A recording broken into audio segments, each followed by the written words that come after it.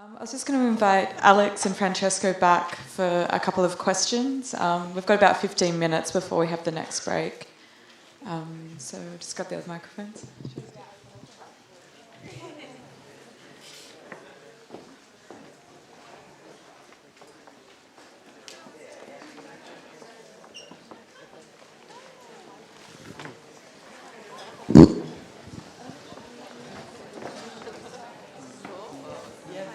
Let's see what's the temperature. I think they are. So how's it going? Still all right? We were actually thinking since... oh gosh, you know, as I said, I hate to do the talking. Anyway, I'm doing it. We were actually thinking to see... because there are many resonances, right, between these two papers, and we are totally aware of that. Also, I think the resource that we have used, and yeah, we just wanted to throw that back to you and see whether you had any questions or things that you wanted to discuss or ask.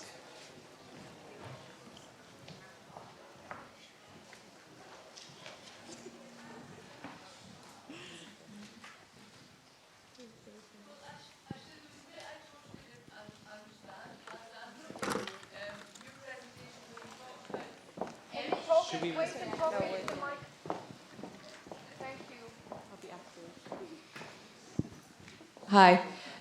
When you talked about empathy possibly existing through mutual objectification, I didn't understand what you meant.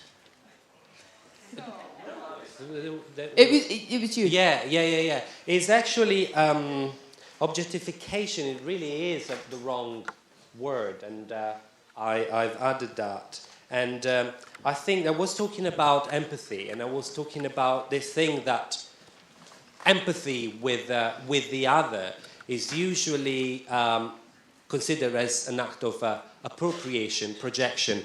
Alex said earlier, is a form of colonization.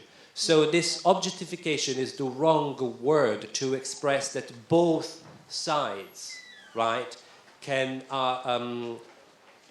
both sides stop being in a colonizer-colonized relationship, in a subject-object relationship, and how can we call that mutual relationship? I don't know, but I was just replacing, the subject-object relationship with two objects, but that, of course, doesn't entail to take away the agency of these two objects. It's a way of exploring, perhaps, divestiture and fragilization.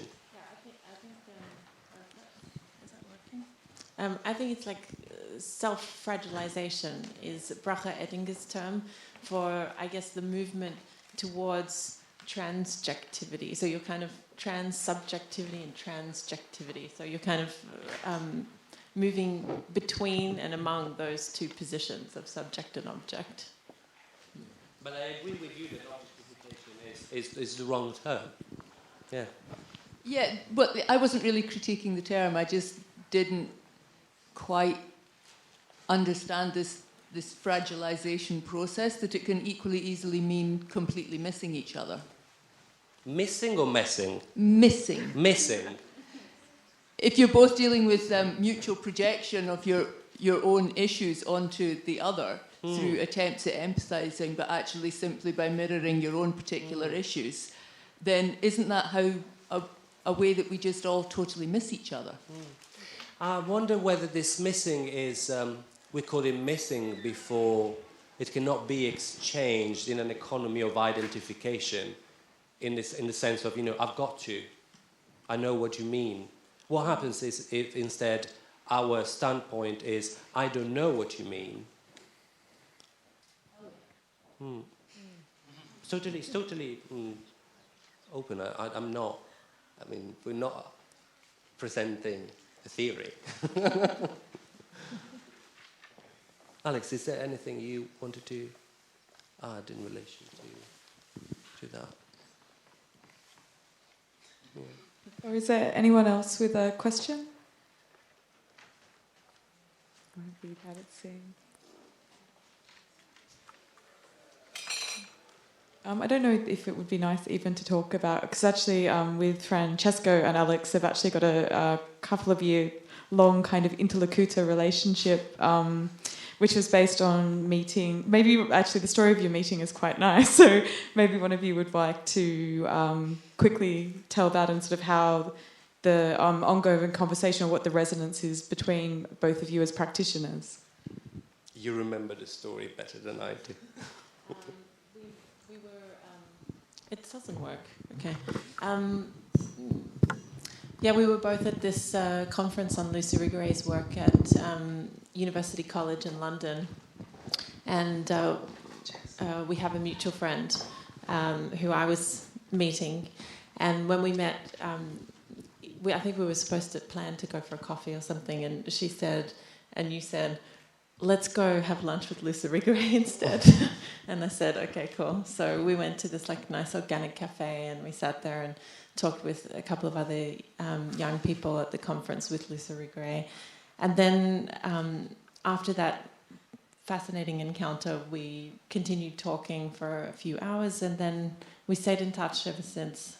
Yeah. And Francesco's been part of Genealogy's Frameworks for Exchange in the capacity of you're in the archive in this 3 libraries, which kind of has additional material to the videos and other objects that get exhibited in the exhibitions. And that letter is about how you couldn't do the project, I think. Mm. Yeah, so it's a kind of refusal, and then or why it wasn't possible. And then you're also part of the practice of doing, which is the collection of 22 stories about relationships of entrustment between women. And he told the story of the relation between Brakke Ettinger and Griselda Pollock. And then, yes.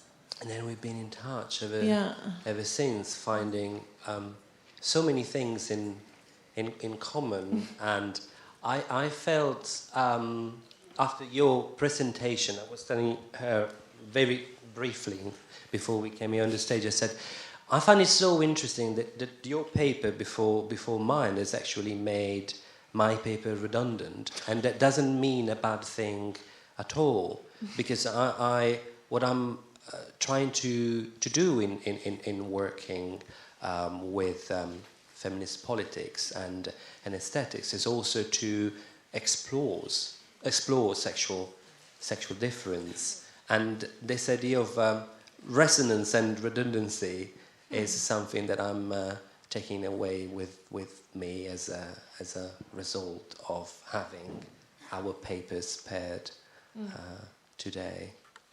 And that connects probably with your thoughts about art as a feminist practice, and art working being something that we're both interested in, as opposed to production, which is the kind of output-oriented, non-redundant. Yeah, which I think is very present in the way in which you work with other people.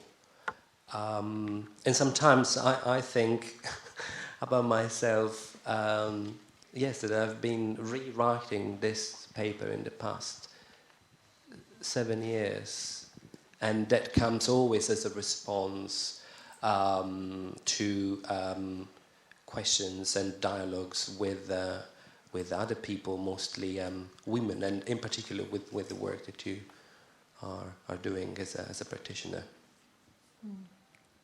Is there any other questions, or should we head to the last break for the day? Okay, maybe we'll go to the break. Thank you.